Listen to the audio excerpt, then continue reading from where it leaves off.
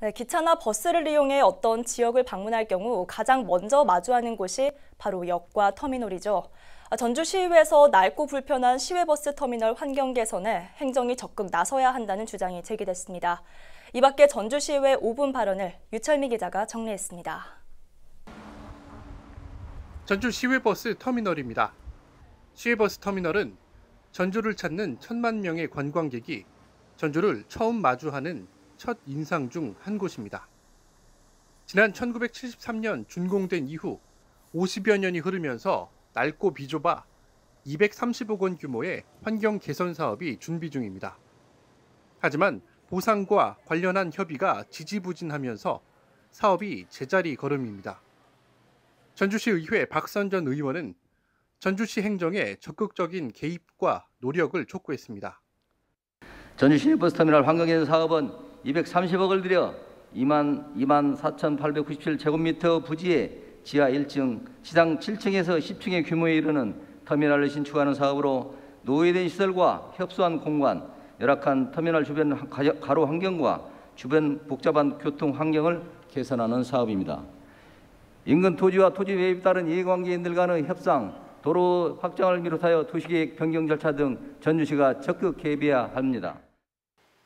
전주시가 지난 2016년 수돗물 음용 홍보를 위해 시작한 전주 얼수 사업이 사실상 방치돼 있다는 지적이 제기됐습니다.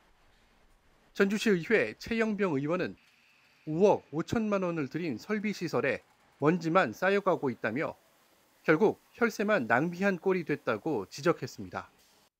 전주시의 사업 예산은 언제든 수도꼭지만 돌리면 나오는 얼수가 아닙니다.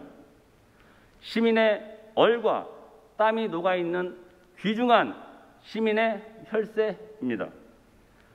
전주시장은 보다 장기적이고 체계적인 관점으로 사업을 구상하여 귀중한 전주 시민들의 세금이 낭비되지 않도록 최선의 노력을 다해 주시기를 강력하게 촉구합니다. 전주시가 현재 효자동에 위치한 맑은물 사업본부를 제2공공청사 건립 예정지인 도도동으로 이전하려는 것과 관련해 반대 목소리가 나왔습니다. 전주시 의회 이경신 의원은 맑은물 사업본부는 업무의 특성상 겨울철 동파와 여름철 집중호우 등으로 인한 긴급 출동이 가능해야 한다며 현 위치에 존치해야 한다고 주장했습니다. 이 의원은 또 맑은물 사업본부가 이전하며 생긴 부지를 용도 변경 후 매각할 경우 자칫 특혜 의혹이 불거질 수 있다는 점도 이유로 들었습니다. 본 의원과 효자동 주민들이 지난 1년 반 동안 반대한 이유가 상업용지가 되면 주상복합시설의 입지도 가능하게 돼 무늬만 상업시설, 업무시설이지 주상복합 주거시설이나 주거용 오피스텔 등이 들어오게 될 수도 있게 됩니다.